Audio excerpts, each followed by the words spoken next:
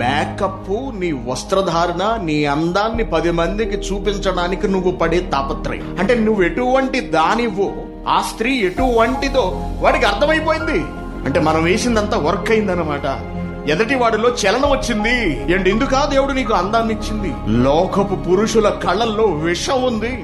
కామంతో విచ్చలవిడైపోయి తిరుగుతున్నారని సంగతి తెలిసినప్పుడు నువ్వెంత జాగ్రత్త పడాలి, నీ దేహాన్ని ఎంత భద్రంగా కాపాడుకోవాలి, పరిరక్షించుకోవాలి. అది లేదు, ఎదట వాడికి శరీరాన్ని అంతటిని, ఆకృతిని అంతటిని చూపించి బట్టలు వేసుకుని రెచ్చగొట్టడమే.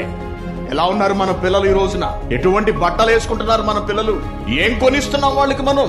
ఎందుకు ఇచ్చాడు ఆడపిల్లల్ని? 10 మందికి వాళ్ళ ఒళ్ళు చూపించమనా, వాళ్ళ ఆకృతి చూపించమనా రోడ్డెక్కి?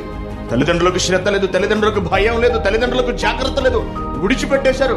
నా కూతురు అందగతి, ఆమె చదువుకుంది, ఆమె తిరుగుతుంది స్వేచ్ఛగా అనుకుంటున్నారు. అందము అది ఎంతలో ఉండాలో అంతలో ఉండాలి.